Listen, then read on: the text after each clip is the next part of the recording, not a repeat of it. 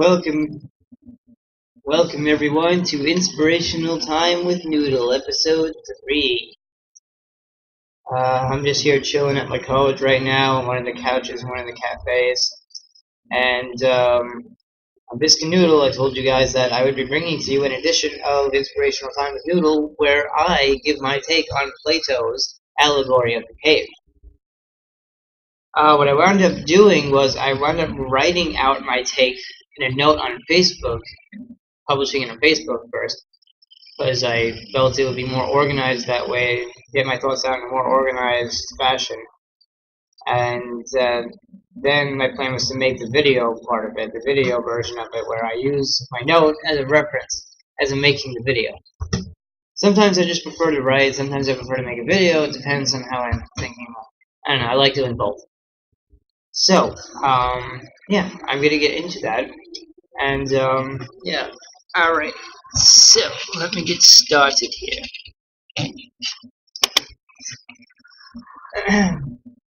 So, throughout the coursework I've taken for my major of psychology so far, throughout all the classes I've taken in my major, I've come across this story of Plato's Allegory of the Cave several times, and it's something we never really went over until like this semester. But I mean, I was always interested in it from the brief little descriptions I read of it. But this class I'm currently taking, called Modern Historical Perspectives of Psychology, for this particular class, we're learning about philosophers and their take on psychology and what they contributed to the field of psychology. And so Plato was one of those people. And in so learning about Plato, we learned about his famous story, his analogy of a cave, called Plato's Allegory of the Cave. And so for the first time, I really read this story in depth, and I was completely fascinated by it. So fascinated by it because I realized the bigger message that Plato was trying to get out of that. He was trying to save our society from corruption. Unfortunately, it didn't really work. Modernization pretty much ruined us all. But that's what I'm going to be getting into in this story, on how Plato's Allegory of the Cave is really the cure for this modern world. You know? But before I get into how it's the cure for the modern world, I just want to give a brief little introduction on like how incredible it was to look back at what was thought of millennia ago, all those millennia ago, and to see all the advanced thought processes that were going on in the minds of some philosophers long before modernization, before we so-called evolved, And I'm going to tell you why these philosophers thought the way they did. It's because the more and more society modernized, the more we preoccupied our minds with so many affairs and daily tasks and insignificant concerns, such as what is going to happen on the next episode of the current reality TV show. So, millennia ago, when all of our modern advancements did not yet exist, people didn't have much more to think about than the way the world worked. Nowadays, people don't really think about the way the world worked. They just think about, okay, what's my test today? Okay, how's this going to work? And they don't really think about why something works or the intricacy of it. They just think about, what do I have to do? I do it. There you go. And we don't really think twice about it. So, people didn't really think about why events in nature. People, nowadays, they don't really think about why events in nature happen the way they do, or why people have certain general behaviors, or just certain behaviors in particular cases, and how and why people perceive events in life and other behaviors. All of these more profound aspects of life aren't really looked into as much today. Back in the day, in the BC and AD eras, even though we weren't as evolved, even though we were less evolved, there was, it was much more likely to be thinking profoundly back in a slower paced, more easygoing world, when there wasn't as much going on, and these famous philosophers, such as Plato and Hercules and Pythagoras and all them, and Socrates, of course, and Anaximander, all these people, all these famous philosophers who were studied in psychology, they were people who immersed themselves in life's profundities. Okay? I honestly don't think there was much of a difference between the brain power back then and the brain power today. I honestly think we devolved. But yeah. So, what do you call it? Okay. Right, so, and Plato's allegory of the cave is what I believe to be the ultimate product of the movement of enlightenment over the centuries of the BC and AD eras. It's the ultimate product of that. Now, hold on. Where am I? And so the reason why I say it's the ultimate product is because this story is the cure for the corruption of today's modern world, as I mentioned in the beginning. And now to get into the body of this episode. Why is it the cure for the corruption? I will tell you, hopefully inspire you to think the same. Plato's allegory of the cave shows us the leading cause of corruption in the world today. Sensory impressions. Superficiality. Those shadows in the story represent the quick impressions people perceive of events and behaviors because of the fact that they think so quickly. Modernization has trained us to think in a rushed fashion where we are supposed to believe that we can think of reasonable answers and judgments by thinking briefly and succinctly. It's like, no. Maybe sometimes you can, yeah, sometimes you can, yeah, but most of the time just no. Just no. You can't. Sorry.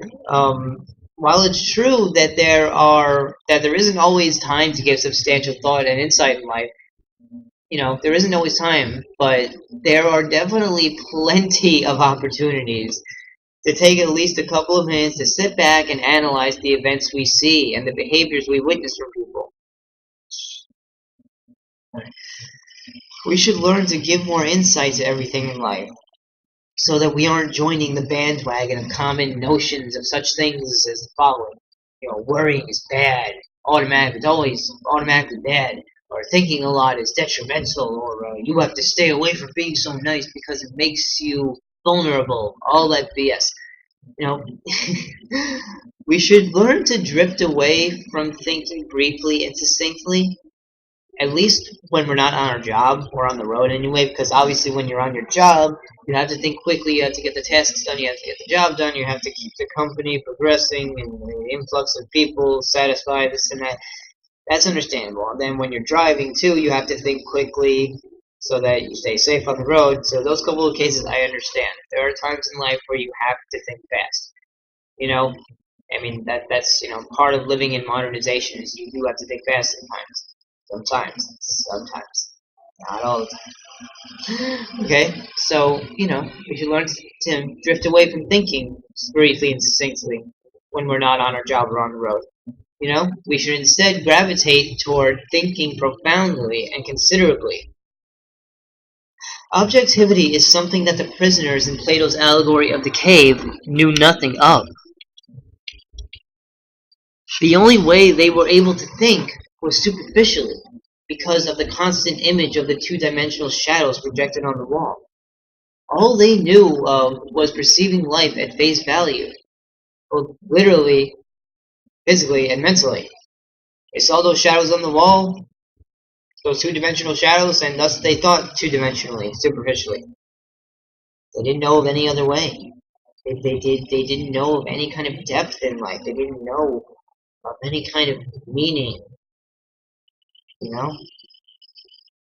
They literally lived life on the husk of what it is, on the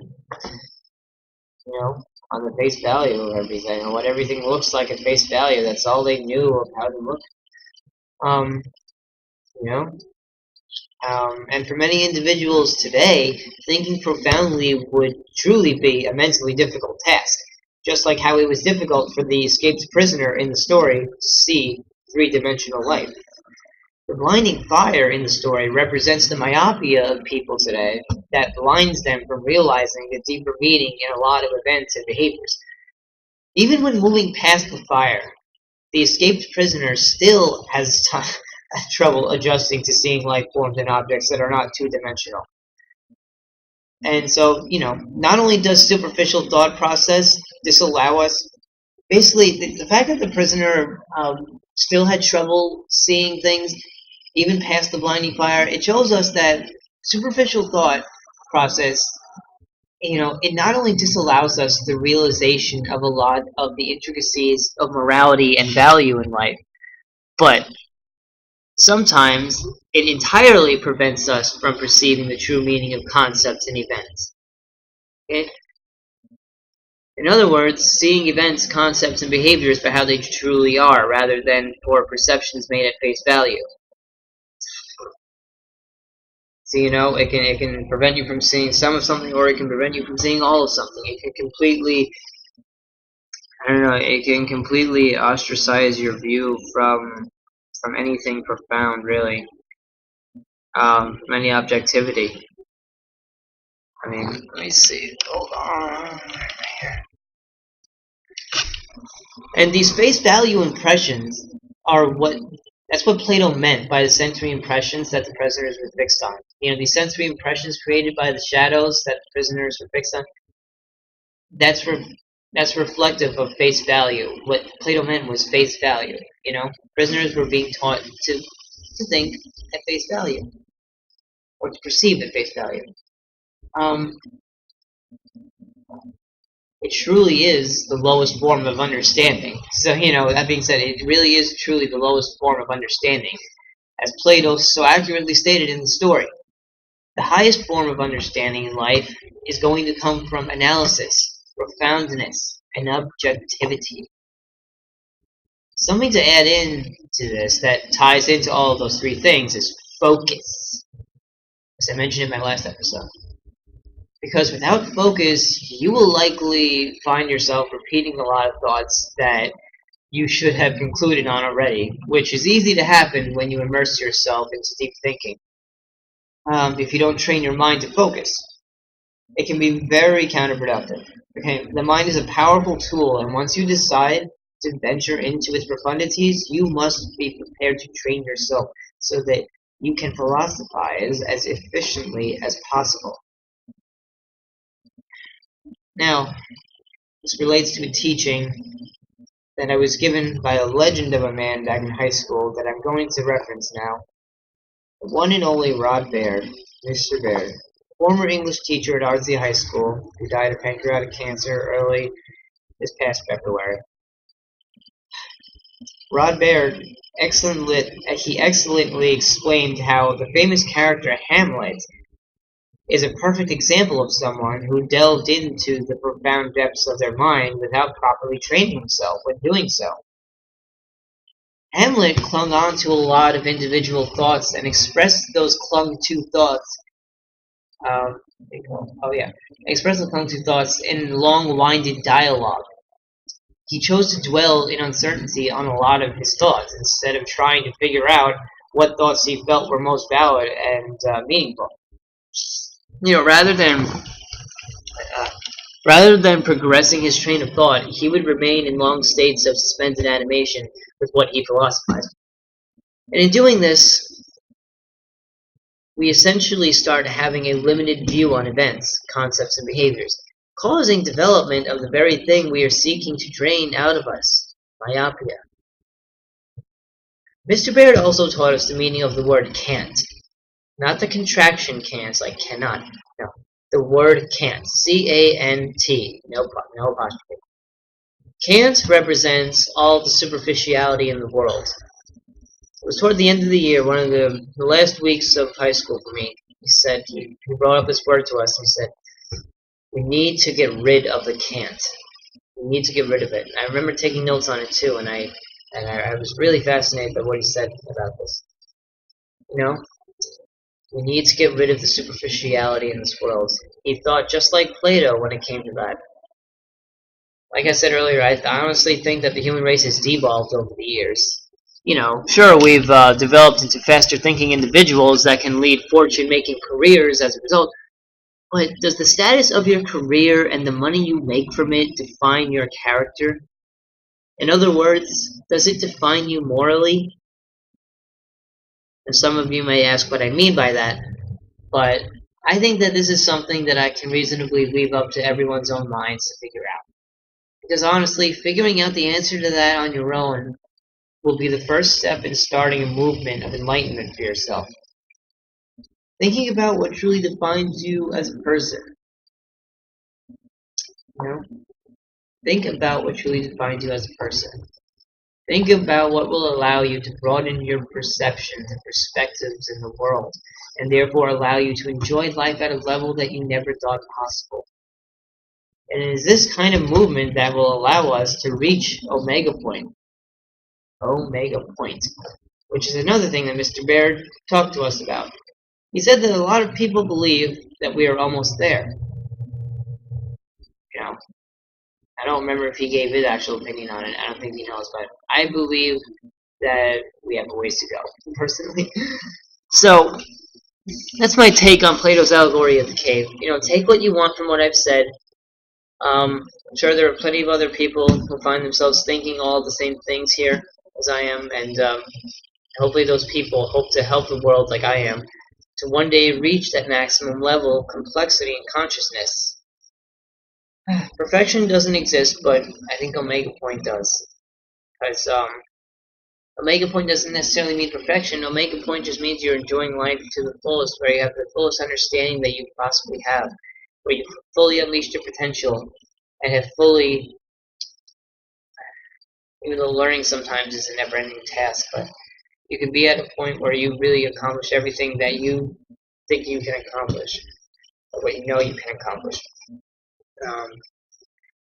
I know there will probably be some haters or whatever saying, oh, you're the last person that should be preaching any of this, you big phony, blah, blah, blah, blah, blah. Okay, that's fine. You can comment on that and say so. I really don't care, because I stopped caring what people think about me a long time ago, back in like 10th grade high school. So, everything I've said in here is genuine, so if you don't want to think so, that's fine. There's nothing I can do about that. Alright, I know I'm on a good track in my life. I know I'm doing very well for myself, so I really don't need any affirmation from anybody that I'm doing well. And, you know, sometimes in life, this is going to be for another episode, but let me just briefly make this point that sometimes you have to be stubborn in life. You have to be. Everyone in this world has to be stubborn in life in order to progress and make it through the adversity and the criticisms and this and that. You have to. So to an extent, you have to be stubborn. But I'll get more into that in another episode. So yeah, if there's anything that's unclear to anybody, I'll be happy to go more in depth on anything that anybody wants me to clarify. And I've wanted to make this video for a while now. I have. You know, Mr. Baird, I wish you were here to hear this. I wish you were here to read the note I made on it. But you're not, and but I made this with referencing you, and I know you would have been proud to read it. Rest in peace, Rod Baird. You are missed, and always will be missed. Take care, guys. Noodle out.